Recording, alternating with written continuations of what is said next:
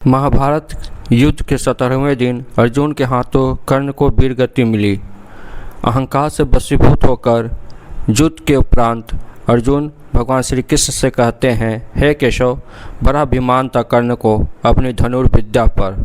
वो हमेशा मुझसे बराबरी करने का दुस्साहस करता था, परंतु वह मेरे बराबर तो क्या, मेरे चरणों के धूल के बराबर भी नहीं था।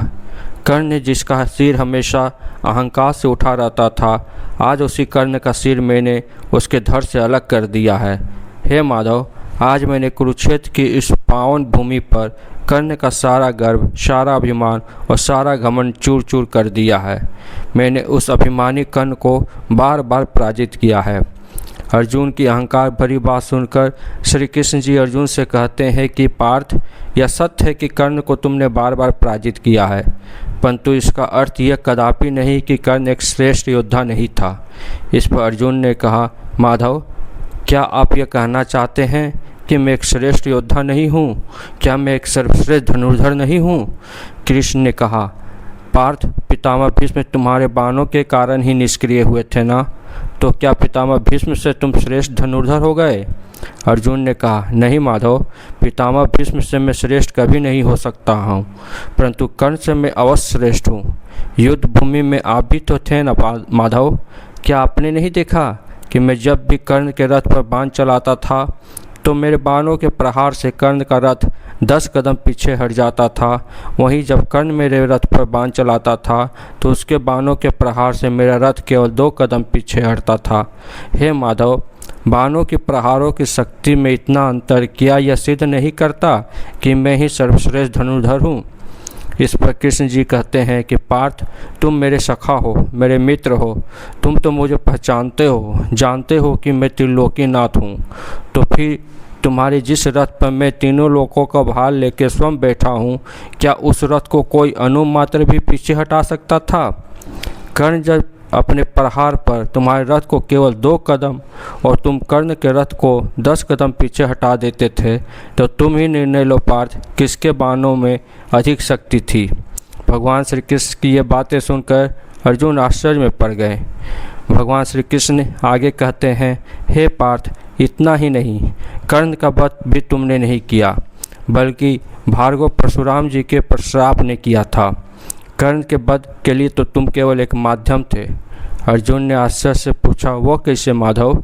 श्री कृष्ण जी जवाब देते हुए कहते हैं, हे पार्थ, जब द्रोणाचार्य ने कर्ण को अस्त्र विद्या की शिक्षा देने से मना कर दिया तो कर्ण अस्त्र विद्या प्राप्त करने महेंद्र पर्वत पर भगवान परशुराम जी के पास पहुंचा।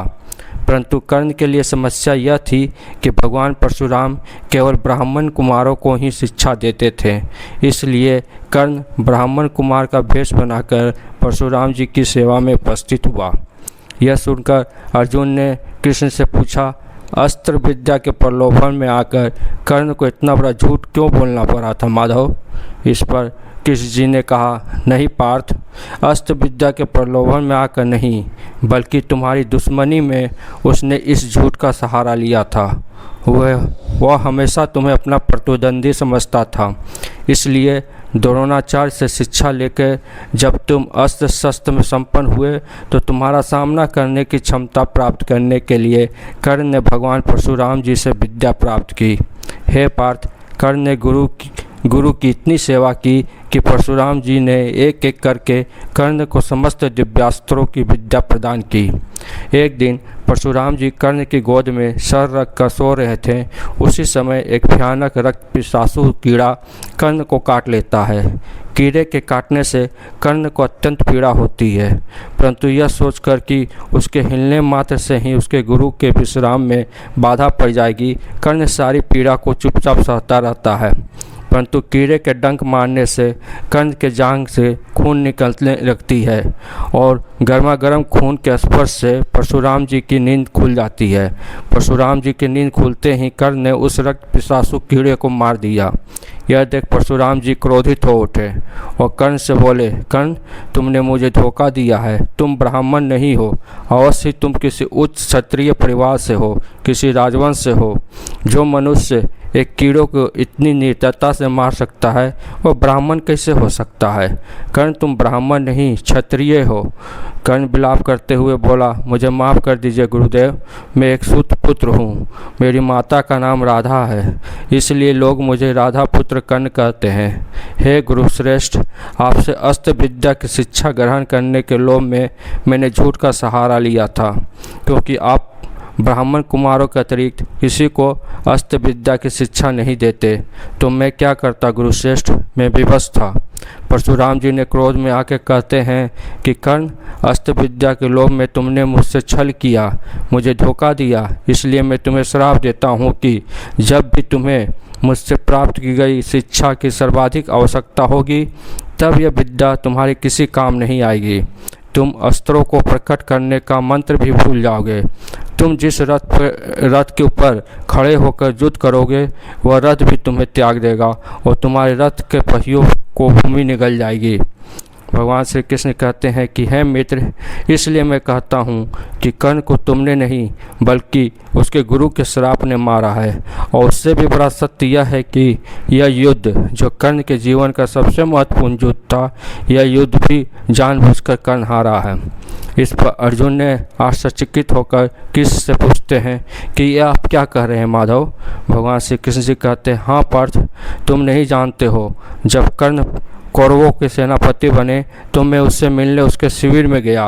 मैंने उसे अधर्म का साथ छोड़कर पांडवों की ओर से लड़ने को कहा, परंतु कर्ण ने कहा कि भले ही दुर्योधन अधर्मी हो फिर भी वह मेरा मित्र है और दुर्योधन से मित्रता निभाना उसका प्रथम धर्म है, इसलिए वह प्राण त्याग देगा परंतु अपने मित्र दुर्योधन को धोखा नहीं देगा।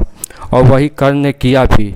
अधर्मी दुर्योधन से मित्रता भी निभाई और महाभारत के युद्ध में अपने प्राण त्याग कर धर्म की विजय का मार्ग भी प्रशस्त किया। हे मित्र, तुमने कभी कर्ण को समझा ही नहीं, तुमने कर्ण के अंदर कभी झांक कर देखा ही नहीं। पार्थ, कर्ण जैसे योद्धा, कर्ण जैसे दानवीर, कर्ण जैसे महान आत्मा युगों युगों में कभी कभार ही पैदा होते हैं।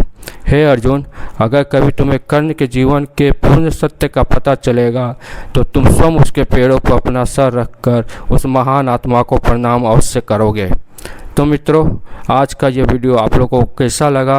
अगर वीडियो पसंद आया हो तो वीडियो को लाइक कर दे, शेयर कर दे और चैनल को सब्सक्राइब कर दे। धन्यवाद मित्रों।